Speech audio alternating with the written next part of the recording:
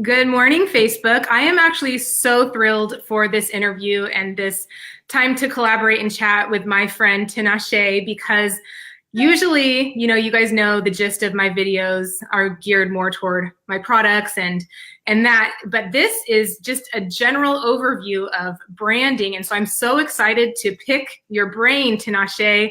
So welcome. Can you please share with us, your story? What do you do? Give us the lowdown.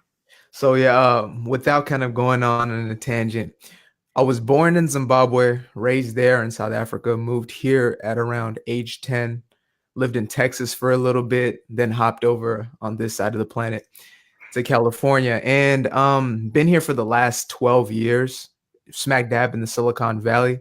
So I guess now tying into what I do, the two things are very connected, but one part of my story that I can't dive too deep into right now just because of time's sake is that I've had a lot of personal rebrands in my own life. That's internally, externally. So like many of us, I'm sure I used to be somebody who believed in conventional wisdom, believed that things worked out exactly how they were supposed to. Everything was running just fine and kind of buying into that ideology. So that's even the same kind of mentality that I had around health and wellness. I didn't know there were alternatives. I didn't know that, eating out junk food and everything else that I was surrounding myself with, whether it was intake of products or the people that I surrounded myself with, I didn't know about the effects that all of these things had to do with me until, I was kind of smacked in the mouth by reality and had to come to a realization that I have to change myself. I have to rebrand and reframe myself and my way of thinking and everything about me. So our actual business is centered around health and wellness. What we do is we basically work on the personal and company brands within health and wellness. And we take the best aspects of those companies, we highlight those aspects to grow the businesses themselves. Wow, thank you. So you're this young guy here in the Bay Area. I mean, I'm so thankful that the universe brought us together through a mutual Likewise.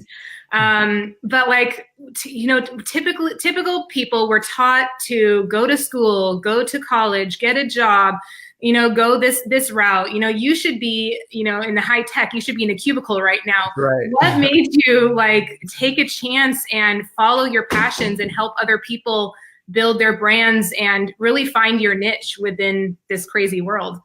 So yeah, it's funny that you say that because I kind of have always been an unconventional in the way that I acted, even though there was still some conformity in it. I thought I was different or whatever it may have been. So even when it came to choosing a college, so I went to Archbishop Midi and everybody around me was going to the Ivy Leagues and they're going to the big name schools and to the UCs and whatever it was. And here I was with, subpar grades because I was so focused on music and doing everything else in my life that I wasn't looking at school as a priority. And even back then, I didn't fully see that as this is unconventional. I just saw it as something that I wanted to do, that I was into, even if it got me in trouble. Yeah. So I guess that kind of led into the unconventional path, which I've kind of stayed on. I went to a JC or two. I was looking for mentorship because I kind of had an entrepreneurial bug at the time, but I didn't really know how to express it. Like I was saying, back then I was in music and, we were now formulating a group and we're trying to put together an image. And at the same time, I'm learning about branding subconsciously, not really studying branding, but I was kind of trying to brand us at the same time as build some business around this. Cause obviously, if we're going to live a life of creating music and being artists, we had to find some way to eat at the end of the day. Right.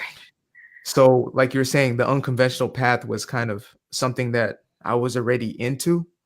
And then as time was going by, I realized that, if I'm going to be living a life that is away from this path, I have to find something or at least solidify myself into something that is tangible, that is real, build this into a business and a company. So I had inklings of that back then. Mhm. And then, as life happens, as you figure out who you are, as I was figuring out who I was and, what my true intentions were and what I wanted to do in my life, I started stepping away from music because it was connected to a lot of other parts of myself that I wasn't too proud of eventually, but then that's the same path that led me here. If that makes sense. If you want me to Yeah. dive into any of those a little deeper, I definitely can. Yeah, no, that's amazing. I mean, we all have this journey. I was a teacher for 12 years. I followed that system, Right. and really it worked for me until I had a very sick child with severe autism. And then I can't work outside the home. So I had to look for other routes. So no, Mhm. your story is so powerful. So Tinashe, my network is mostly, I mean, it's a lot of different people, but many Right. people are in network marketing. And we hear this word, you're supposed to brand yourself. You're supposed to brand yourself. Does that mean we need to go out and create logos and fonts and have colors and have websites? Like what does branding yourself mean? What does it mean to follow a brand? So the biggest misconception about the brand is that the brand is your logo. The brand is your slogan. The brand is the aesthetic, right? But what a brand actually is at its core is how people relate to you as a company, as an individual, whatever it is that you do. So when somebody looks at the Starbucks logo, they're not thinking, oh, cool logo. They're thinking of all the emotions that are associated with that. So for them, it might be, I had my first date at Starbucks.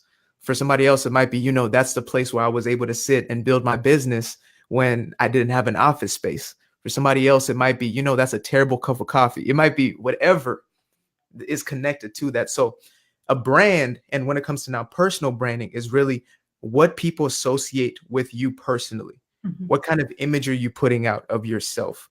So transitioning from where we came from music and now into health and wellness, the thing that stayed the same is the interaction with your core fans or those people that you're doing business with, your clients, your customers, whoever it may be.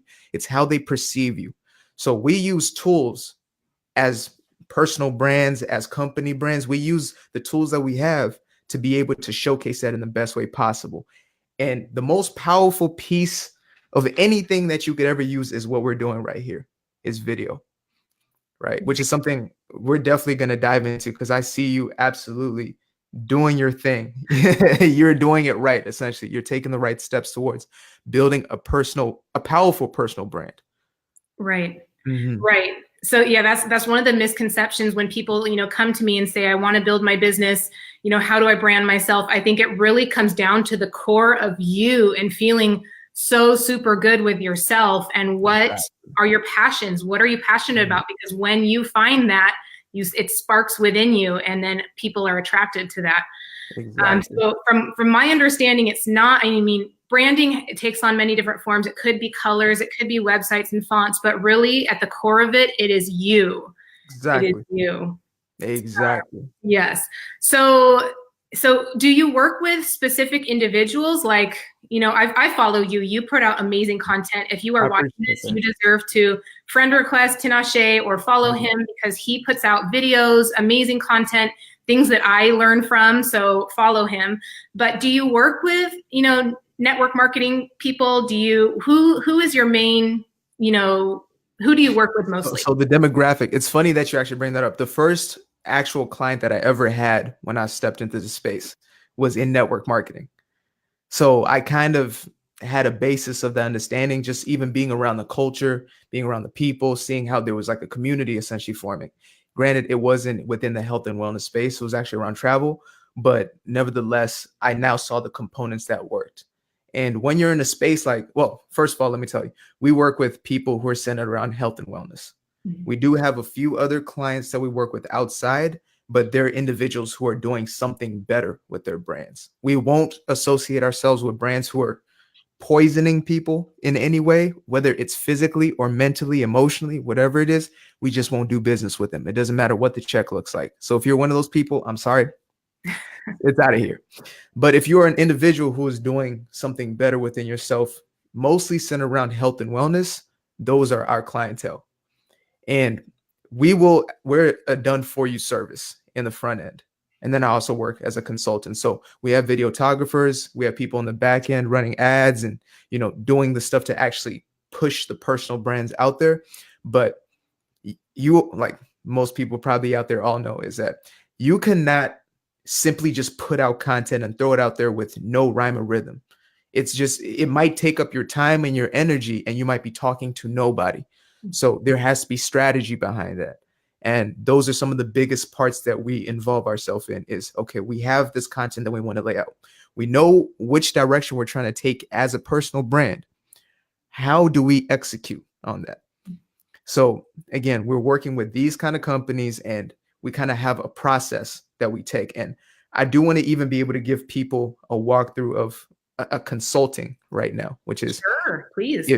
If you're out there and you're trying to build your personal brand, you're trying to build your company brand, whether you're in multi-level marketing, whether you're starting something outside, it doesn't matter what space you're in.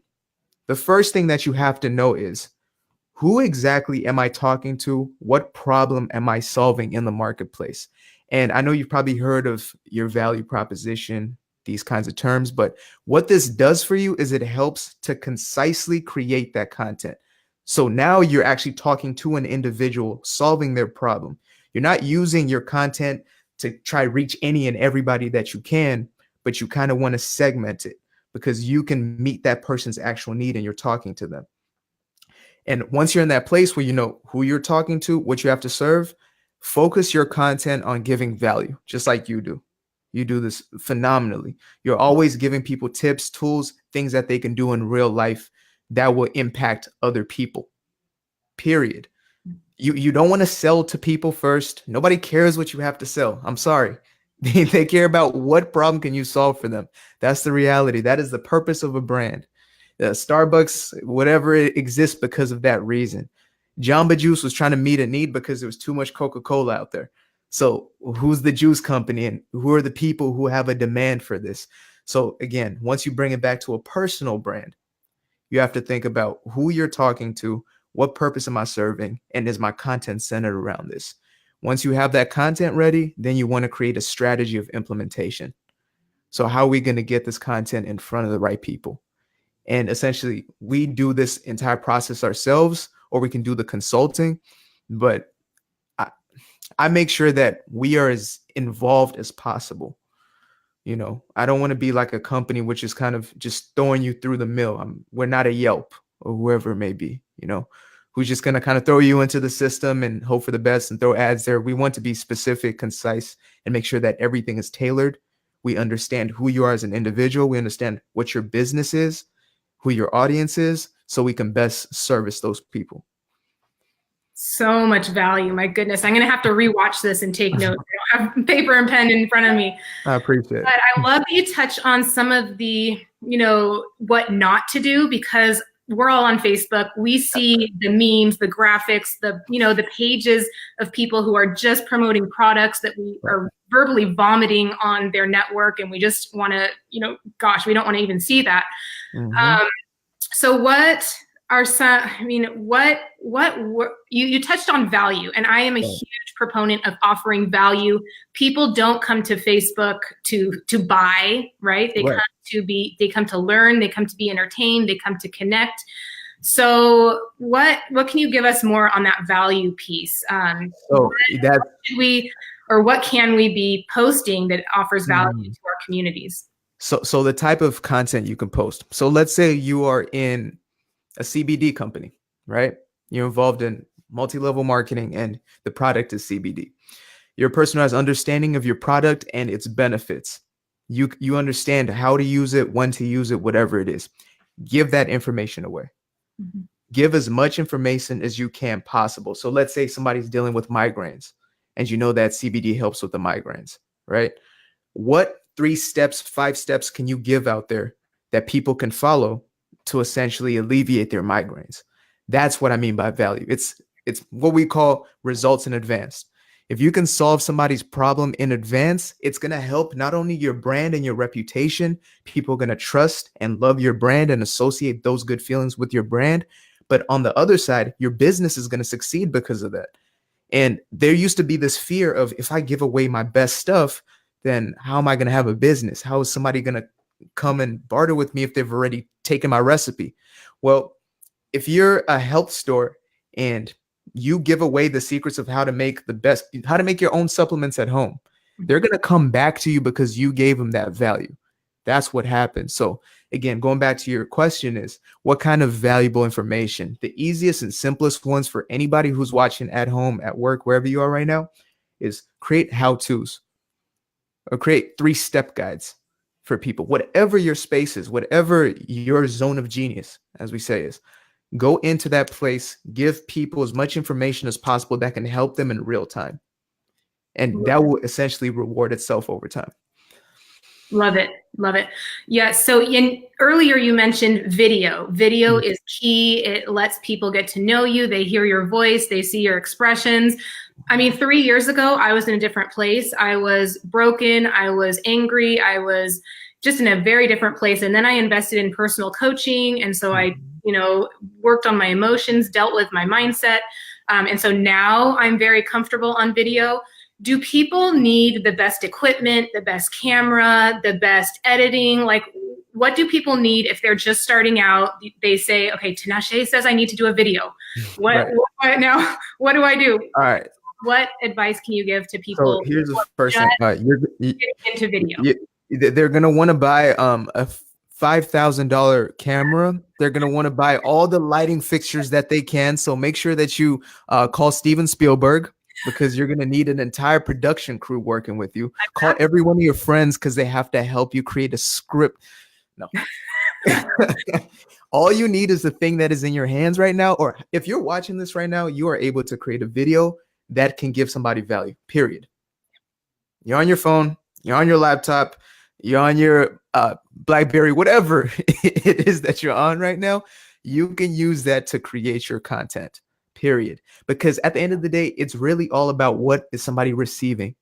As we know now, you can go on YouTube and you'll see some of the most viewed videos are the lowest quality videos, but they're high in quality as far as content, as far as what people are receiving, and it's like the content of your character. Content isn't just something you're putting out there, something that holds value. It holds weight, right? That's what the term content actually is derived from. So make sure that if you're going to film something, don't go out there. Don't make an excuse to say, I need the best camera. Make an excuse and say, I need the best lighting. Oh, what about my script? How am I going to look? Cut all of that out. Remember that you are serving a purpose.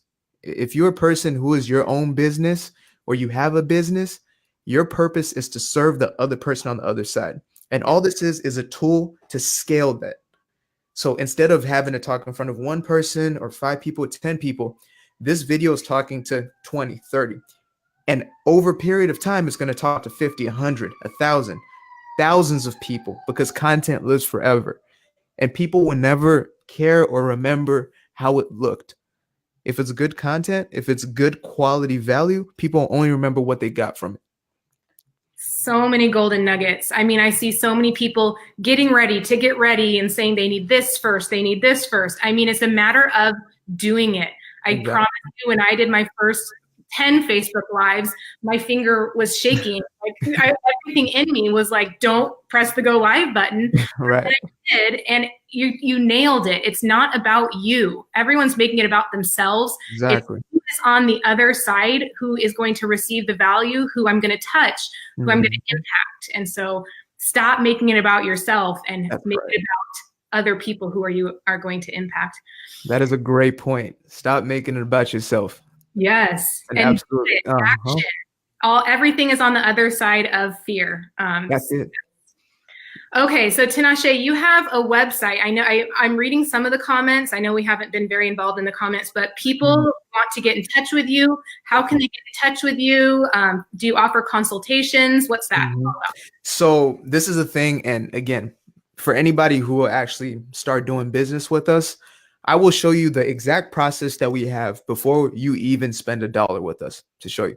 So I don't just have a website. I can give you my website, but the most important thing I can give you is my landing page.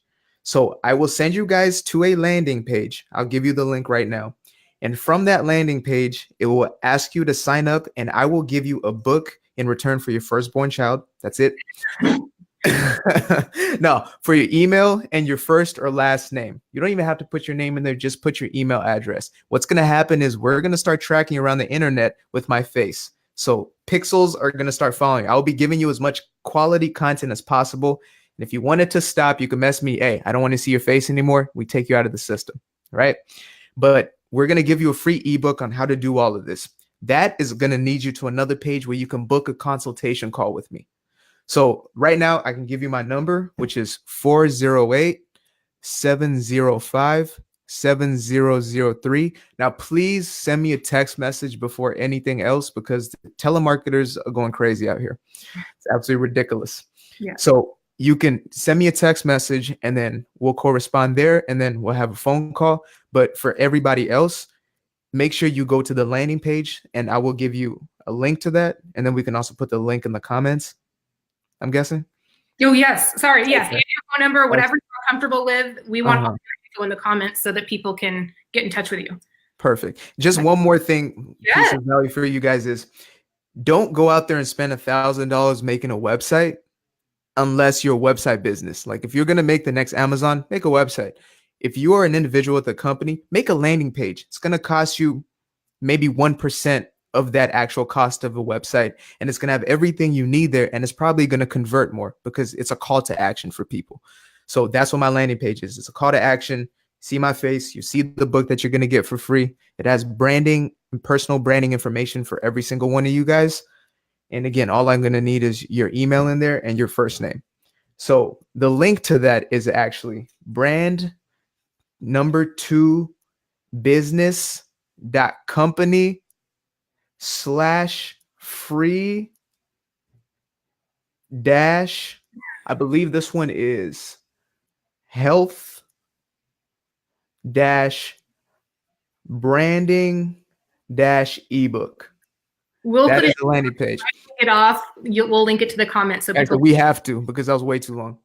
So I wish I had had your services prior 2.5 years ago, because I spent, just like you said, I spent thousands on my website. Yes, I do think people go to it for some information, but I'm not consistent with it. I don't use it for sales. And so I could have learned so much from you. And I personally am not, I mean, I have learned skills, but I'm not tech savvy. I don't know like Facebook ads and video editing and all that stuff. So if your services can take some pressure off of people and, you know, to have a partnership, I think is an amazing thing. And so please don't hesitate to reach out to Tinashe. He's amazing. He's just a wonderful individual. He's so easy to work with. And I'm thankful for our friendship, for sure. I am too. I'm very thankful. You're an amazing woman, and you're doing great things out here. Thank you. Any last words that you want to leave us with, Tinashe? Any last words? Again, you know, people out there, they love seeing pictures of your dog and your kid. But if you're a business, don't forget, again, like you were saying, it's about the person on the other side. So what can you give that person of value? If you're going to post that picture of your kid and your dog, what can you add to that person's life? What's a story that can impact them like you do yourself?